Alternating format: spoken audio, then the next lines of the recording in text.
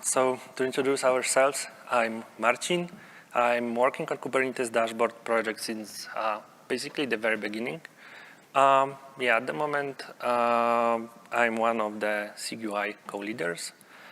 And I'm Sebastian. I'm also working basically from the beginning on the project, and I'm currently software engineer at Plural, and also one of the co-leaders in the SIG-UI. And yeah, our agenda for today is basically do the project background, so very short one, key changes. So the new architecture that we recently adopted. Then we will talk about the standalone API, so how we moved it to be like a standalone one, basically API that we can reuse, and the resource list cache that we introduced just a couple of weeks ago. Then we'll talk shortly about some user experience enhancements and future roadmap, and then maybe some questions if you will have any. To give like short project background. So Kubernetes Dashboard is there from around 2015. So the first commit was done in 2015. Right now we have version 7.9.0, which was released in October. And it provides support for Kubernetes version 1.31. We get about like 8 million image pools every month. And the number of total image pools is like really big, which is over 1.1 billion. So as Sebastian said, we wanted to go through key changes that we have done recently. So this, like the new architecture, we spoke about it some time ago, but it took actually some time to complete. So what we did is, like previously, Kubernetes Dashboard was application which was running inside one container. And this was our API and UI. But we have split it into multiple containers that can be reused. So the one that can be most useful is our API. So we have a container for UI, API. We also have metric scraper, which was previously hosted in Kubernetes SIG organization. Right now it's part of the main Kubernetes Dashboard repository. We also have authentication container. And as you can see, besides all of these 4 containers, we also our deployment also contains a gateway at the moment. It's only temporary. We plan to update it in some time. It's on our roadmap. So this feature is already completed, and it's part of our latest release. Yeah. And the next thing is the standalone API. So thanks to the changes that we've done, and thanks to actually making the API completely separate, we can now, like for example, use it. Everyone can use it, but we also like use it internally right now at Plural, doing basically multi-cluster management thanks to that. So this is like architecture that you can also use with the dashboard API, where it will basically have the OIDC support where you log in, and for example, how we use it is that we have like CAS agent. This is GitLab open source stuff also that from the cluster, inside the cluster, talk to the CAS server. Dashboard API connects to the CAS server. It doesn't know exactly about the multi-clusters support. It just serves the whatever basically it needs to get. And yeah, this is one of the many use cases that are now possible with just the standalone API. You can build new front end for that. Basically, yeah, this is like more flexible and can be used by the community. Yeah, and what's important, that enables like multi-cluster use case. Yeah. So the front end, our front end, Kubernetes Dashboard front end is not yet prepared to handle that. But thanks to the Dashboard API, you can already like query multi-clusters. Multiple clusters. Yeah, and that's Sebastian just presented how our use case works, and this is our dashboard at Plural that we've implemented using Kubernetes Dashboard API. So as you can see, it's already possible, and if you want, you can reuse Kubernetes Dashboard API to create your own front end that will like suit your needs. In our case, as you can see, we have like a selector for a cluster, and then inside the cluster, we list all the resources, and we have like resource list, resource details, basically everything that like Kubernetes Dashboard API like presents, returns. Okay, I will start with the next feature. So the next big one is resource list cache. So I think this is one of the most important ones that we've did, even in our like entire history. So this was like big pain point because every time like request to Kubernetes Dashboard API was made, we needed to download the whole resource list to apply pagination, sorting, and filtering, because Kubernetes Dashboard API, Kubernetes API does not allow that. And Kubernetes API basically allows for pagination, but not for all of this combined at the same moment. So we were downloading the whole list, then applying all the data select logic to it, and then returning the data back. But this was basically applying a lot of pressure on Kubernetes API server. Yeah, so we were thinking how we can solve that, that issue. And yeah, we came up with a solution for that. So the benefits that it gives us, for sure, it's like reduced latency. So right now we see the response times being like much smaller. I think it's like five times smaller, even more, I think. Yeah, depending on the size of the cluster and. Yeah, so this also like enhances user experience because you do not have to wait every time you like even when the like resource list is paginated. Previously, every time the page was changed, we needed to download all the resources, then to this like return just a batch for this page. So right now we get all of this data from our resource cache. It also like optimizes resource utilization because Kubernetes API server is not queried that often by us. We get a lot of data from resource cache.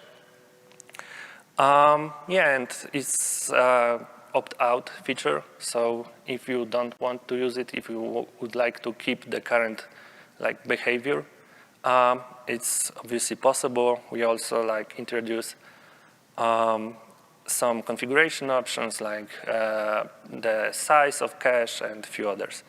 So the trade-offs that we see is like using cache and network can result in slightly stale data sometimes.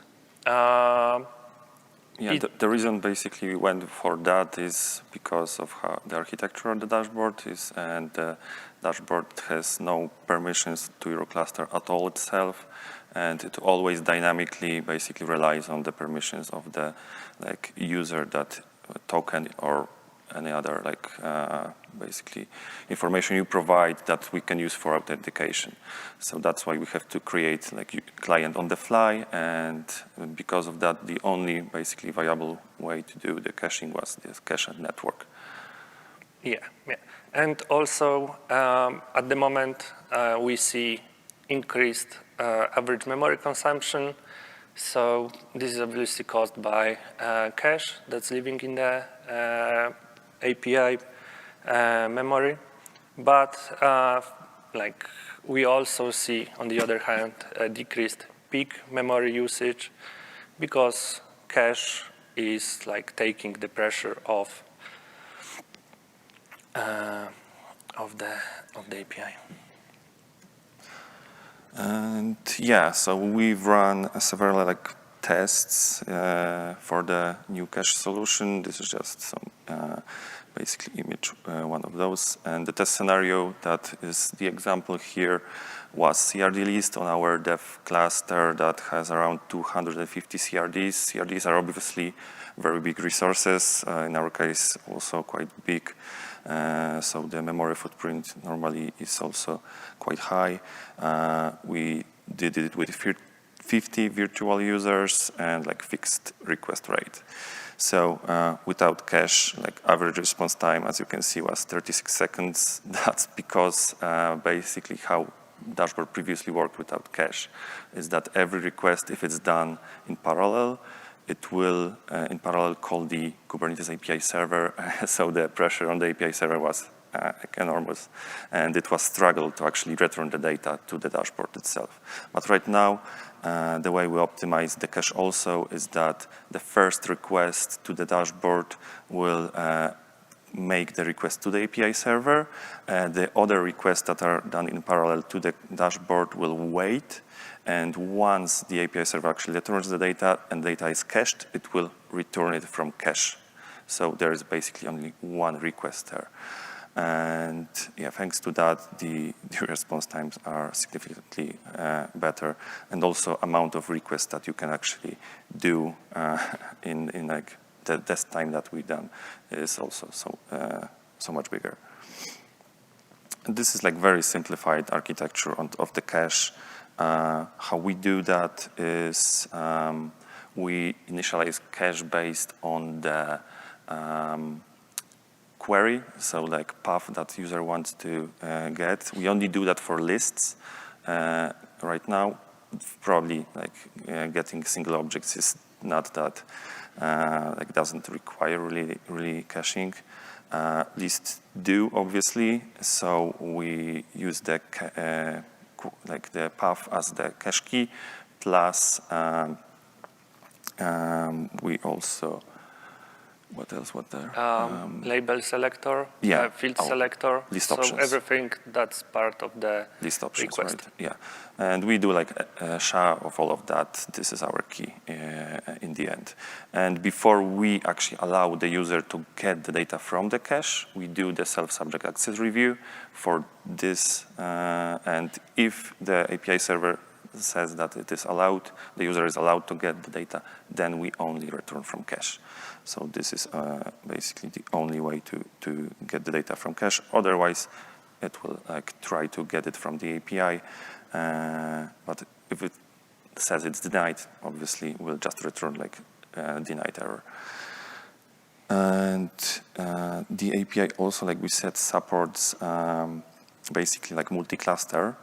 And the way we had to deal, make cache support this kind of multi-cluster caching, was we've had to add some kind of information to the key itself that would allow us to ensure that the data being asked by the user will be returned from the correct cache saved for the correct cluster. And the way we thought this will be the best is by using some kind of external API that you basically create and you give us some kind of unique ID based on the token that you already provided, so the user token, authorization token. You give us some kind of unique ID. This ID has to be unique per cluster, and like you have control. Basically, we trust that your API will be can be trusted, of course, and will give us a unique ID that we can save, together with the key, SHA everything, and then use as key cache. And yeah, this allows us to work in a multi-cluster environment with cache also. Yeah, and besides that, we've added a couple of user experience enhancements. So as you can see, to go quickly through the list, ingress paths are rendered as links in UI. About page was removed and it's now replaced by footer that's visible across the application. Default resource auto refresh time interval was increased to 10 seconds. We've added username to user info panel. Also, we've added support for delete propagation policy, which was, I think, requested multiple times. Also, owner ref information is now part of the object meta tab. And all namespaces can now be hidden in namespace drop-down list. Besides that, there is one security improvement that we wanted to mention. So right now, setting safe relies on user permissions instead of dashboard permissions, which is important. And other than that, we have improved pod container status logic to keep it in sync with kubectl, because otherwise, it can be confusing. We have rewritten setting logic during architecture changes, and also added a small script to index HTML to dynamically generate tags. And here's our roadmap. So as you can see, we've already are past splitting application into separate modules. Also, we've finished adding cache. And the thing that we have partly done is adding node cordon and drain functionality. Partly done means that this is already added to our API. We just need to add UI for that. The next things that we want to do are Angular material head breaking changes. And to follow the latest version, we need to do the update, which will take probably a while. Perhaps also when doing material update, we will be able to create design system. So that's the change that we want to do, to abstract components that we are using. So when and if we will want to change something in front end in the future, it will be easier to do. We also want to provide support for Gateway API. So right now we are using Kong, but we want to give more freedom to users. So by supporting Gateway API, users will be able to choose which gateway they want to use. Do you want to? Yeah, I can go. And next parts are added first-party support for OIDC, which is also something that was a long time requested. Dashboard supports technically like OIDC through reverse proxy, of course, but adding first-party support is always better and should be easier to use for the users. Then next part is supporting more metrics providers. Right now we have metrics scraper, which is technically only allows seeing metrics from last 15 minutes. If you change the configuration, you can scrape metrics from a longer period of time, but it's not really a replacement for something like Victoria Metrics, Prometheus, and basically a product that can use PromQL. So we would want to add support for that, so that you can actually see more not only this basic stuff. And the last thing is adding support for new resources that have been added to the Kubernetes itself. So Gateway APIs is also one of them, so to show them in the UI, and be in sync with kubectl basically also a bit more here. And yeah, this is plan for the future. So are there any questions?